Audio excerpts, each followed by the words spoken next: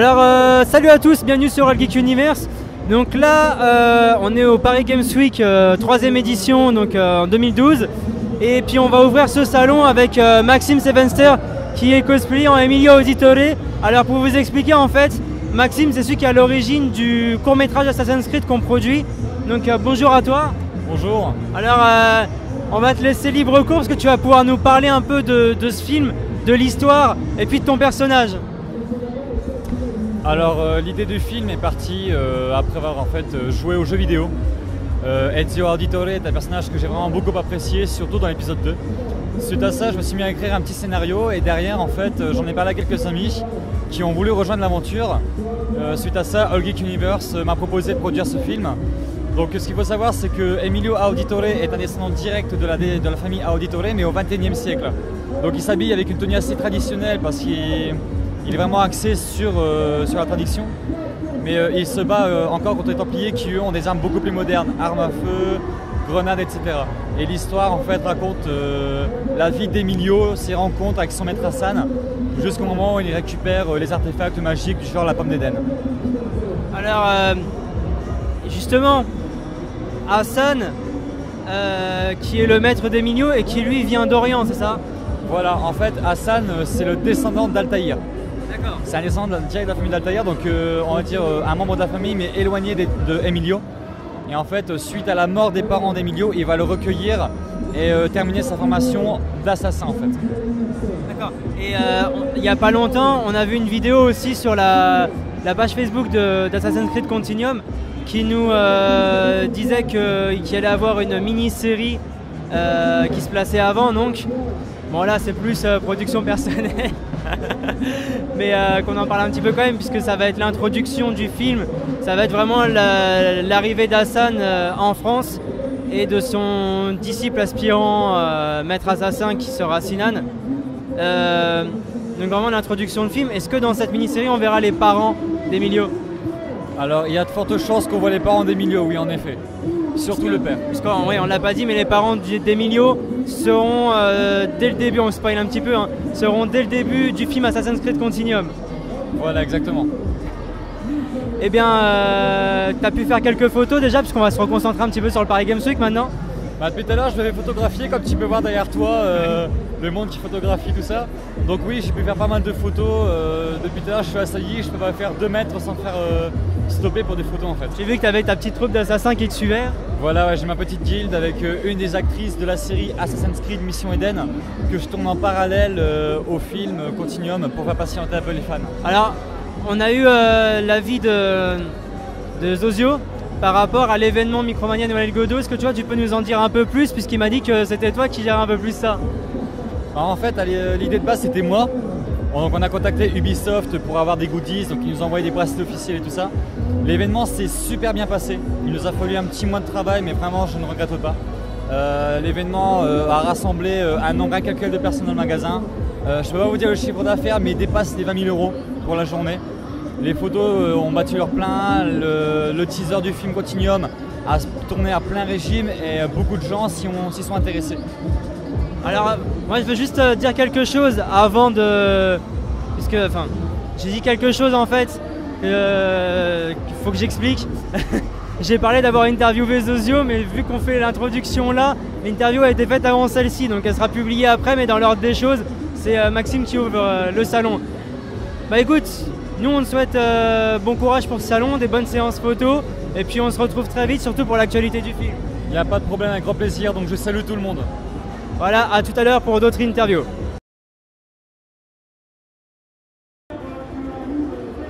On est sur le stand Bethesda avec Alexandre qui est chef de produit et community manager chez Bethesda France. Voilà. Alors nous on aimerait en savoir un peu plus sur Dishonored parce que c'est quand même un gros blockbuster attendu et c'est français donc... Oui, Dishonored a été donc édité par Bethesda. Bethesda c'est certes une société américaine mais les développeurs c'est Arkane Studio des Lyonnais. Donc c'est un studio qui a une dizaine d'années fondé par Raphaël Colantonio.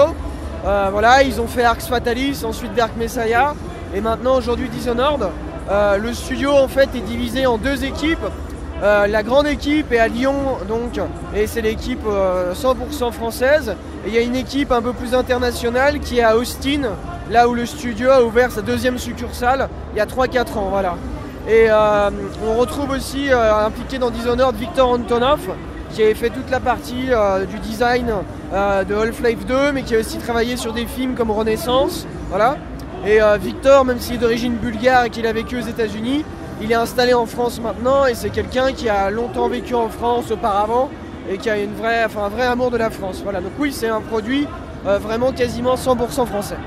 Et c'est un jeu donc, qui a été développé par rapport à quoi? Par rapport à une attente des joueurs, par rapport à une envie assez ancienne, récente Alors en fait, il faut savoir que les deux directeurs, on va dire, du concept du jeu, que sont Raphaël Colantonio, fondateur d'Arcane, donc, et Harvey Smith, qui a rejoint l'équipe et qui est un ancien game designer sur le premier Deus Ex et le deuxième, ça fait à peu près 10 ans qu'ils font les mêmes types de jeux, c'est-à-dire des jeux action, infiltration, avec des mondes ouverts, avec plusieurs chemins, etc. Et en fait, ce qui les a toujours un petit peu frustrés à force de faire ce genre de jeu, c'est qu'on voit un peu trop nettement que, à droite, il y a le chemin infiltration avec la conduite, ou le passage par le toit. À gauche, il y a le passage un peu social, où genre je vais interagir, parler avec un PNJ, et au milieu, il y a la voie du bourrin. Donc eux, ce qu'ils voulaient, c'est, continuer à faire le type de jeu qu'ils aiment bien, mais réussir à contourner ce défaut, et proposer, en fait, pour chacune de ces 3 grandes voies, à chaque fois au moins 3 ou 4 alternatives. Du coup, comme ça, les joueurs trouvent naturellement leur solution en fonction des pouvoirs qu'ils ont et puis des affinités qu'ils ont tout simplement en découvrant le niveau. Voilà. Et est-ce que le jeu a eu le succès qu'on attendait ou voire plus? Alors aujourd'hui, on ne peut pas encore communiquer sur les chiffres de vente. Nous, c'est dans la fourchette qu'on s'était fixée. Voilà. Donc pour l'instant, on est plutôt content. Après, ce qu'on espère, c'est que justement l'identité bien particulière de Dishonored et son gameplay qui permet quand même d'apporter un peu d'eau fraîche au Deus Ex-like va lui permettre aussi de résister lors des fêtes de fin d'année, parce que là on sait qu'on a une actualité très chargée. Voilà, on a les Hitman, les Far Cry, les Call of Duty, les Assassin's Creed, au demeurant tous des très bons titres. Voilà, mais on espère juste que Dishonored aura toujours sa place aussi dans le cœur des joueurs, et donc on compte sur tous ceux qui ont apprécié le jeu pour en parler aussi autour d'eux. On en parlera nous aussi sur notre blog. Merci de nous avoir accordé un petit peu de temps. Et puis tout à l'heure pour d'autres interviews sur All Geek Universe. Alors maintenant nous sommes sur le stand Wii U avec un visiteur. Bonjour, comment vous appelez-vous? Anthony. Alors Anthony, vous avez décidé de tester Zombie U, un nouveau jeu sur la prochaine console de Nintendo. Que pensez-vous de ce jeu pour le moment? Pour le moment, franchement pas mal. Niveau graphisme et jouabilité, et avec la petite tablette tactile, ça le fait bien. Ouais. Vous voyez donc l'innovation de la firme? Oui. Vous pensez commander le jeu, la console? La console, graphisme, comme je vous disais, super. Franchement, rien à dire. Après, c'est le premier jeu que je teste, j'ai pas encore essayé les autres. Mais pour celui-là, rien que pour celui-là de jeu, j'achèterais bien la console. Et est-ce que vous étiez venu ici tester le jeu est-ce que vous avez des attentes en testant ce jeu?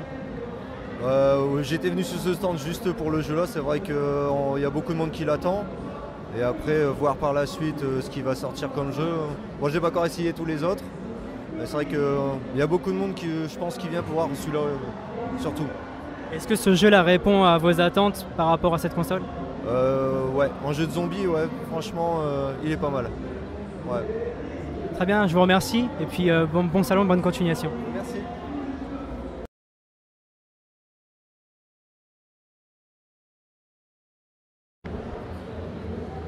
Bonjour.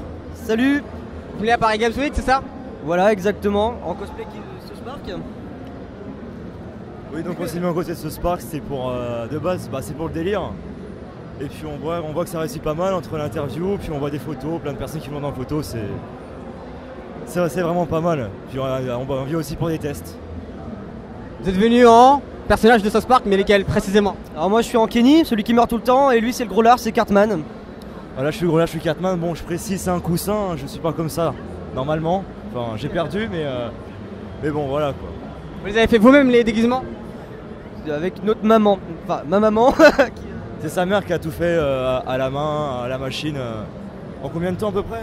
Un petit mois, mais c'était mon idée par contre. Ouais, non, elle a fait ça en un mois. Bon, il y a déjà eu des photos avec Game One. Et elle avait mis ça sur Facebook. Il y a eu des critiques, c'était pour dire que c'était un peu du South Park à la mode disco, puisque ça flashait un peu. Mais bon, on a fait avec les moyens du bord. Donc bon, on pouvait pas prendre 1000 € de tissu pour rester 2 jours. On n'avait pas les moyens.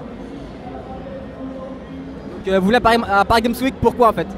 Bah déjà on voulait s'éclater, puis comme on est des gros gamers, bah on est venu pour tester les jeux qu'on attendait le plus. Donc là il y a beaucoup de sorties, enfin beaucoup de jeux qui vont sortir prochainement, donc ça sert à rien qu'on fasse des heures de queue pour ça. Moi je suis venu pour Zombie U surtout, donc que j'ai adoré, j'ai kiffé, franchement c'est le jeu qui va lancer la console. Après j'ai testé Halo 4 en petit multi comme ça, et puis après c'était le délire, le fait de se balader en South Park, ça a bien marché. On a eu quelques petites photos, on est monté sur la scène de Game One, tout ça, et ça c'était franchement cool. Ouais, moi de base j'étais ici pour un délire. Mais j'aurais bien voulu tester, j'ai testé Dead Space 3. Assassin's Creed, je me dis que ça sert à rien vu qu'il est déjà sorti et je compte l'acheter. Mais sinon il y a Zombie U, ça franchement c'est une vraie surprise, je m'y attendais pas du tout mais c'est vraiment bien. Puis là, on va essayer de faire un peu le tour. J'ai pas eu le temps d'aller voir pour Halo 4 mais sinon franchement c'est une bonne surprise, c'est la première fois que je vais à Paris Games Week, c'est vraiment bien. Vous pouvez jouer le rôle de votre personnage s'il vous plaît?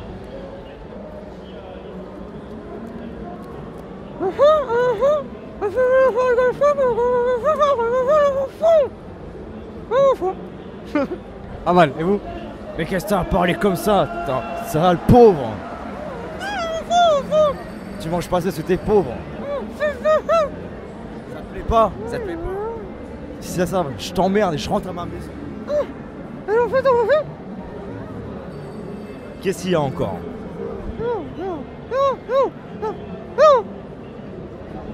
Ça va aller, je crois. Ok, mais merci. Je vous remercie de ce reportage et bonne journée. Bonjour. Bonjour. Vous la Paris Games Week, vous sac? Ouais. Vous y faites quoi en fait? On se promène, on essaie de voir le plus de stands possible. Vu le monde qu'il y a, on teste pas trop, on se balade. La plupart des choses a été dites. On se balade en fait cette année, on essaie de voir plus le spectacle en fait que les autres années. On n'a pas vraiment ciblé de jeu, c'est vraiment pour l'ambiance et puis le plaisir aussi des gens qui nous prennent en photo toute la journée. Ça c'est sympa, c'est vachement sympa. Moi c'est la première fois que je viens donc c'est une découverte et c'est assez sympa, c'est vraiment sympa. C'est la première fois que je viens, il y a beaucoup d'événements comme League of Legends et WSC. C'est vachement sympa surtout pour les événements. Donc vous êtes venu en quoi? Déguisé? Comment? Quel est votre déguisement en fait? Luigi. Mario évidemment. Batman. Catwoman. J'ai pas compris la question. Quel est votre déguisement? Je suis le vrai Batman. Non. Ça c'est un faux Batman. Pardon? Je suis le vrai Batman, lui c'est un faux Batman. Le faux Batman il a dit. Ah oui, je suis démasqué là. Totalement démasqué. Qui est le vrai alors? C'est moi. Sûr? Oui, ça se voit. Donc Ça se voit, largement. Ah oui, ça se voit. Oui, ça se voit. Je suis entièrement d'accord. Ça se voit? Ah oui. Donc c'est quoi votre type de jeu à vous 5? On fait un peu de tout, on fait des MMO, on fait des MOBA, on joue un peu à tout, donc c'est pour ça qu'on essaie de profiter un maximum d'un peu tous les stands. Votre type de jeu? Moi plutôt FPS, un peu de jeu de course aussi. Puis sinon MOBA MMO aussi comme les autres. Plus comme Luigi, c'est vrai que cette année, le seul jeu vraiment qu'on va suivre à 100% au niveau du tournoi, c'est League of Legends juste derrière. Parce que c'est le jeu auquel on joue le plus en ce moment.